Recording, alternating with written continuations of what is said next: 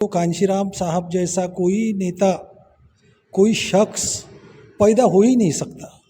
वो तो भारत माता के एक सुपूत थे जो भारत माता ने हमको दिए।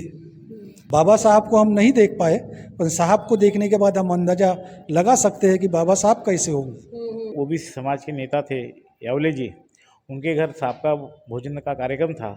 तो उस समय साहब की अचानक तबीयत खराब हो गई थी। तो उस समय कांशीराम जी ने मुझे बोला कि भैया आप आ जाओ, थोड़ा मेरे को संभालो। और उनका हाथ पकड़ के हम यावले जी के घर में लेके गए और उनको खाना खिलाने का मौका भी मुझे उस समय प्राप्त हुआ। साहब को जो मैंने देखा, 22 घंटा साहब एक्टिव रहे उस दिन 22 घंटे का मैं इतिहास बताता हूँ। सत जय भीम, मैं हूँ इंजीनियर स्नेहा और आप देख रहे हैं नेशनल चौपाल। आज हम आपको उस ऐतिहासिक जगह पर लेकर आए हैं जो बहुजनों की एक धरोहर ही है। ये विरासत है, मान्यवर कांशीराम साहब ने जिस विरासत की नींव रखी उस भवन में है। ये बहुजन समाज पार्टी का नागपुर जोन का कार्यालय है। कभी यह प्रदेश कार्यालय भी हुआ करता था और ये वो कार्यालय जिसे कांशीराम साहब ने जिसकी खुद नींव रखी और वो काफ़ी समय उन्होंने इस यहाँ पर दिया है। इस कार्यालय में वो आते थे, उन्होंने यहाँ कई बैठकें ली होगी। फ़िलहाल अभी हमारे साथ जो साथी हैं आप देख सकते हैं, ये हमारे पितातुल्य बुजुर्ग साथी जिनका नाम रामराव निकार्जे हैं, इनसे बातचीत करेंगे। फ़िलहाल वो यहाँ के केयर टेकर हैं और 1980 से वो इस भवन का देखरेख कर रहे हैं और उन्हें सारा इसके पीछे का इतिहास भी पता है। और जब 1984 में बसपा बनी तो बसपा के पहले से ही ये कार्यालय बना हुआ था। तो क्या कुछ इसका इतिहास है, थोड़ा जानने की कोशिश करेंगे, इनकी पर्सनल ज़िंदगी को भी जानेंगे। रामराव निकार्जे जी, बहुत बहुत स्वागत है आपका। जय भीम।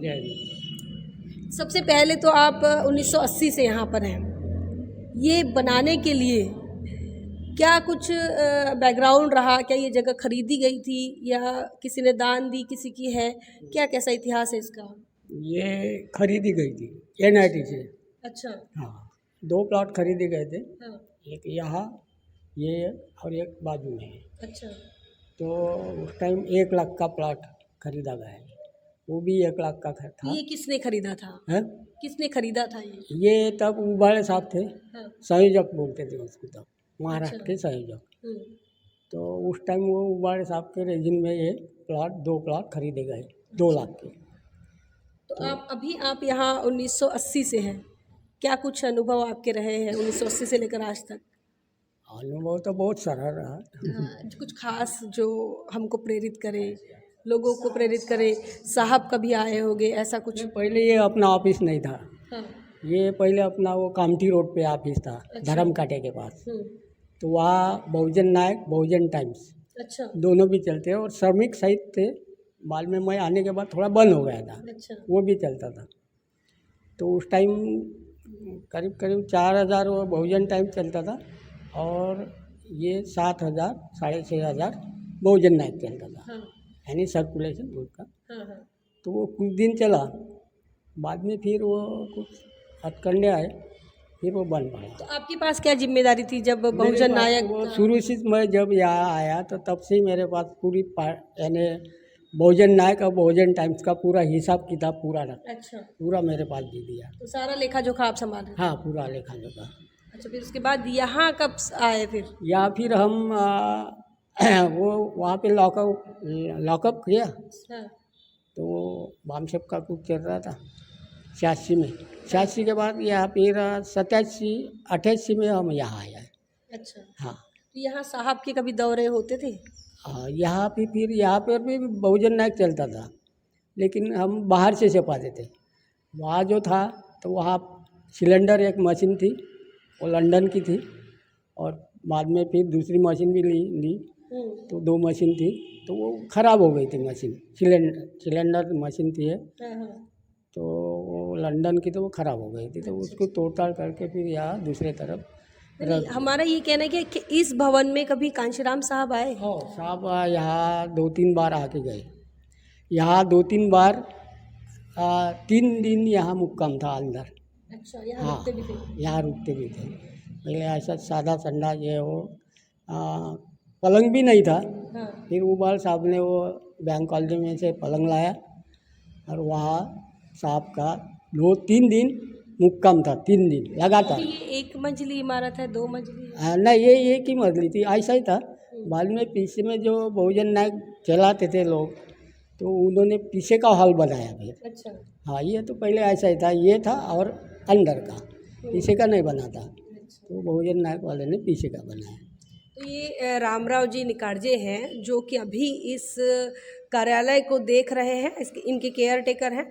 साहब के समय से काम कर रहे हैं, बहुजन नायक और बहुजन टाइम से लेकर वो यहाँ पर जुड़े हुए हैं। और भी अन्य साथी हैं जो अभी इस बहुजन समाज पार्टी के इस कार्यालय के साथ अभी भी जिनका संबंध है।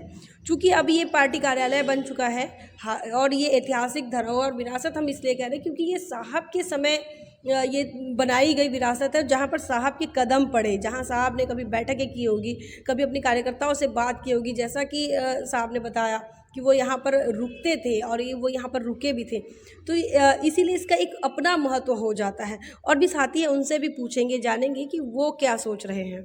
क्या नाम है आपका? गजानन जांगड़े। अच्छा, गजानन जांगड़े जी, आपके बारे में ये पता चला कि आप साहब के साथ हमेशा रहते थे, उनके रक्षक के रूप में, सही बात है? जी। क्या कैसा अनुभव रहा आपका? मैं जब से मतलब बीएसपी ज्वाइन किया हाँ। 87 से, तो तब से मैं साहब को जब देख रहा हूँ तो कांशीराम साहब जैसा कोई नेता, कोई शख्स पैदा हो ही नहीं सकता। वो तो भारत माता के एक सुपूत थे जो भारत माता ने हमको दिए, और जो उन्होंने हमारे लिए, समाज के लिए, समाज के लोगों के लिए, समाज के उत्थान के लिए जो कुछ उन्होंने काम किए वो तो शायद ही कोई कर पाएगा। और उनमें जो करुणा थी। आपके साथ कैसे संबंध आया उनका? हाँ, कैसे संपर्क आया? मेरे साथ जो हमारे प्रेस में दरवाड़े सर करके हमारे साथी थे, उन्होंने मुझे बीएसपी ज्वाइन कराया। अच्छा। 87 में। तो उन्होंने बोला कि यार आपकी हाइट अच्छी है, आपकी बॉडी की लैंग्वेज अच्छी है, तो आप साहब के अंगरक्षक बन जाओ। अच्छा। तो मुझे तो पहले थोड़ा अटपटा लगा क्योंकि मैं ये काम में था नहीं। तो मैं बोला ठीक है भाई, आप बताओ। बोले हमारा पूरा सपोर्ट आपको रहेगा, आप टेंशन मत लो। जब मैं फिर वो ड्रेस वगैरह बनाया और साहब के साथ में झंडा, साहब ने बोला था झंडा और उसके साथ में डंडा, अच्छा। ये आपको बहुत ज़रूरी है। तो सफ़ेद शर्ट और नीली पैंट ये ड्रेस था, और वॉलंटियर फोर्स का एक बीवीएफ का एक बैच लगा था। तो साहब के साथ में हम 10 फुट के एरिया में हम चलते थे। तो साहब जब भी आते थे तो हमको कॉलिंग होती थी कि साहब आ रहे हैं और आपको स्टेशन जाना है। तो हमारे और वरिष्ठ साथी भी थे जो साहब के एकदम क्लोज थे, 2 फुट एरिया में वो दायरे में चलते थे वो लोग, 3-4 लोग। उसके बाद में हम 8 फुट के 7 फुट के दायरे में हम लोग चलते थे, सेकंड दायरे में। थर्ड दायरे में फिर हमारे बाकी कार्यकर्ता वो भी वॉलंटियर रहते थे, वो फोर्स चलती थी। तो ऐसा हम उस साहब की सिक्योरिटी करते थे। पर साहब जैसा दयालु आदमी मैंने देखा ही नहीं दुनिया में। हम तो धन्य समझते हैं कि साहब के दर्शन ही होके लेके हम धन्य हो गए, हमारा जीवन सफल हो गया। बाबा साहब को हम नहीं देख पाए, पर साहब को देखने के बाद हम अंदाजा लगा सकते हैं कि बाबा साहब कैसे होंगे। अच्छा, ये इस भवन में कोई आपकी याद है कांचीराम साहब के साथ? हाँ, एक बार साहब रवि भवन में ठहरे थे और यहाँ के जो बामसेप के कार्यकर्ता थे उनको बोला उन्होंने कि मुझे ऑफिस में मीटिंग लेना है। तो शाम का 5:30 बजे का टाइम तय हो गया कि साहब शाम को 5:30 बजे वहाँ अटेंड रहेंगे। तो हम वहीं से निकले रवि भवन से। जब यहाँ पे आके देखे तो ये गली जो है हमारी 10 बाई 50 की 60 की जो भी है, वो गली में पेंडाल बना था और सामने एल टाइप का पेंडाल था। तो वो पेंडाल खचाखच भरा था। अच्छा। तो जैसे ही साहब उतरे तो बोले मैं जाऊंगा कैसे, यानी उतरने के पहले ही बोले हम जाएंगे कैसे। अच्छा, इतने लोग थे? इतने लोग, यानी मैं जाऊंगा कैसे, बोले ऐसे गर्दी में मैं कैसे चलूँगा। तो मेरे साथी थे मधु गायकवाड़, तो उन्होंने बोला जांगड़े थोड़ा इंतजाम कर दो। तो मैं उतरा, मैं बोला साहब को सिर्फ 2 मिनट दो साहब, मैं खाली कर देता हूँ। बस आया मैं डंडा लेके और साहब को मैं मतलब गुस्से से एकदम बीच में घुसने लगा, हट जाओ करके, निकलो बाहर। तो सारा विदिन 5 मिनट के अंदर वो पूरा खाली हो गया और साथ जगह बना दी उन्होंने। पूरी जगह बन गई, खाली हो गए। दो कुछ लोग रुके तो साइड से चिपक गए, पूरी 5 फुट की जगह वहाँ बीच में पूरी खाली साहब के चेयर तक। तो साहब फिर आराम से उतरे, साहब के पीछे पीछे वहाँ तक गया और फिर जब साहब को छोड़ा और बाहर आया तो सबको माफ़ी मांगा मैंने, क्योंकि हो सकता मैंने बोलने से उनके दिल दुखे हो। तो मैं बोला भाई साहब के लिए तो इतना करना बनता है, इसलिए मेरा फ़र्ज़ था वो मैंने अदा किया। मेरी और आपकी कोई दुश्मनी नहीं है, तो ऐसा बोल के मैं उनको माफ़ी मांगा। तो अंगरक्षक रहे थे और इनसे हम बात कर रहे थे, और ये सारी चर्चाएं जो है वो हम आपको इसलिए बताना चाह रहे हैं क्योंकि ये तमाम लोग हैं जिन्होंने साहब को देखा है। तो यहाँ जो साहब को देखे हैं जिन्होंने, या जो बाबा साहब अम्बेडकर को देखे, उनके जीवन में वो कैसे बिहेव करते थे, कैसे चलते थे, क्यों उन्हें ऐसा कहा जाता है, करिश्माई नेता क्यों कहा जाता है। तो हर कोई उनके प्यार में पड़ जाता है। हर कार्यकर्ता जो है वो उनके लिए जान निछावर करने के लिए तैयार हो जाता है। और उनमें से ये तमाम लोग हैं जो, चाहे रामराव जी हो, चाहे ये जांगड़े साहब हो।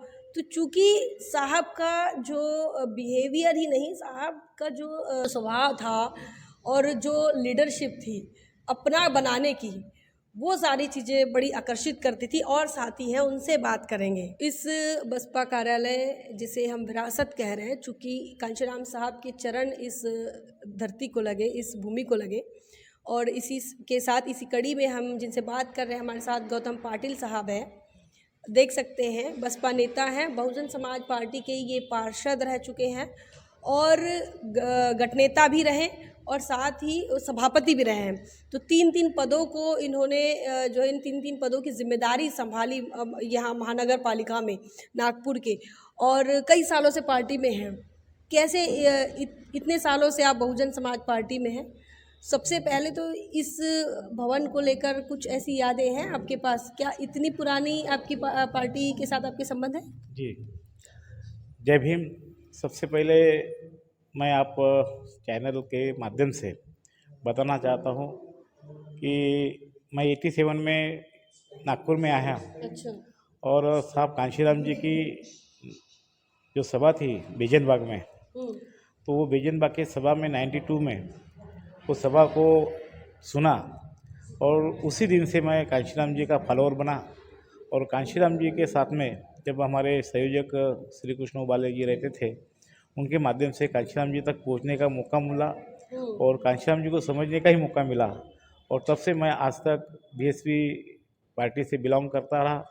और 2012 में मुझे मौका मिला और मैं इसी प्रभाग से नारी जो प्रभाग है, इस प्रभाग से नगर सेवक भी बना और पार्टी के लोगों ने मुझे सामने टिकट भी दी और बड़े पद भी दिए। और तब से मैं पार्टी से आप कह रहे हैं कि साहब की बातों से आप प्रेरित हो गए, तो ऐसा क्या हुआ और ऐसा क्यों? क्योंकि कांग्रेस भी है और भी अन्य दल हैं, तो कांग्रेस क्यों नहीं, भाजपा क्यों नहीं? आप कांशीराम साहब की बातों से या बसपा के विचारधारा से कैसे प्रभावित हो गए? क्योंकि बाबा साहब को हम तो देखे नहीं थे, लेकिन बाबा साहब का पूरा जीवन जो हमने पढ़े और वो मुझे लगा कि ये मूवमेंट जो है, बाबा साहब की मूवमेंट जो है, सही मायने में कांशीराम जी आगे बढ़ा सकते हैं। और वो प्रेरणा लेके हम कांशीराम जी से सामने आए। और 2002 में हमारे जब पार्षद आए तब कांशीराम जी से एकदम नज़दीकता से बात हुई। हमारे ओबीसी समाज के नेता थे यावले जी, उनके घर साहब का भोजन का कार्यक्रम था। तो उस समय साहब की अचानक तबीयत खराब हो गई थी। तो उस समय कांशीराम जी ने मुझे बोला कि भैया आप आ जाओ, थोड़ा मेरे को संभालो। और उनका हाथ पकड़ के हम यावले जी के घर में लेके गए और उनको खाना खिलाने का मौका भी मुझे उस समय प्राप्त हुआ। और तब से कांशीराम जी जब जब महाराष्ट्र में आते थे तब तो मैं उनके साथ में रहने का मौका मिला, उनकी सेवा करने का मौका मुझे मिला। तब से मुझे बाबा साहब उनके चरित्र में नज़र आया और तब से मैं उनका कट्टर फॉलोअर बना। और जब तक मेरी जान है, मेरे जान में जी है, तब तक मैं इस मूवमेंट को आगे बढ़ाने के लिए जो भी मुझसे प्रयास हो सके वो मैं करने की कोशिश करूँगा।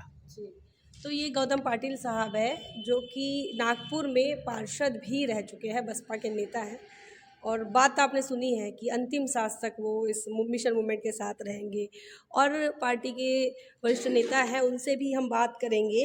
और देखिए, इनके हाथों में बहुजन नायक है, काफ़ी सारा संकलन इनके पास है। चाहे वो कांशीराम साहब ने जितने अखबार निकाले, वो अखबारों के सारे प्रतियां इन्होंने संभाल के रखी। और ना सिर्फ प्रतियां, बल्कि जितनी भाषाओं में उन्होंने अखबार निकाले, चाहे मैगज़ीन हो, चाहे अखबार हो, पाक्षिक हो, मासिक हो, सारी चीज़ें इन्होंने संभाल कर रखी है। और बहुत बड़ी लाइब्रेरी भी इनकी है। तो सबसे पहले तो आप भी टच में आए साहब के। आज तो अभी पीएचडी भी आपका साहब पर ही चल रहा है। जिस भूमि पर आज हम बैठे हैं, इस विरासत को लेकर और साहब के संबंध को लेकर आपका क्या अनुभव रहा? मैं थोड़ा सा बैकग्राउंड 1 मिनट में बताता हूँ। जी जी। मैं लॉन्ग मार्च में, मैं 12वीं में पढ़ रहा था कॉलेज में, तब लॉन्ग मार्च निकला था नागपुर से। मैं लॉन्ग मार्च में 1 महीना पैदल चला, 13 दिन सेंट्रल जेल रहा। उसके बाद में चंद्रबन नगर में एक ब्रदरहुड सेंटर था बामसेप का, वहाँ मैंने हु लीड द लॉन्ग मार्च, यानी लॉन्ग मार्च को रॉन्ग मार्च बताने वाले कांशीराम जी का मैगजीन मैंने पढ़ा। अच्छा। 79 में 79 में जैसा मैंने वो मैगजीन पढ़ा, तो वैसा मुझे लगा कि ये लिखने वाला आदमी जो है, इसको अपन मिलना चाहिए। ऐसा मुझे लगा, मिलना चाहिए और सुनना चाहिए। बस जस्ट थोड़े दिन में बाबा साहब के पुतले का उद्घाटन बबुलखेड़ा में 16 अक्टूबर 81 में था, तो साहब के हाथों था। तो वहाँ मैं गया। 16 अक्टूबर 81 को साहब को मैंने पहली बार देखा और सुना, और उस दिन से मैं आज तक साहब का मूवमेंट का ही हो गया, साहब का साथी हो गया। रही बात फिर तो उसके बाद में 80 से बहुजन नायक शुरू हो गया।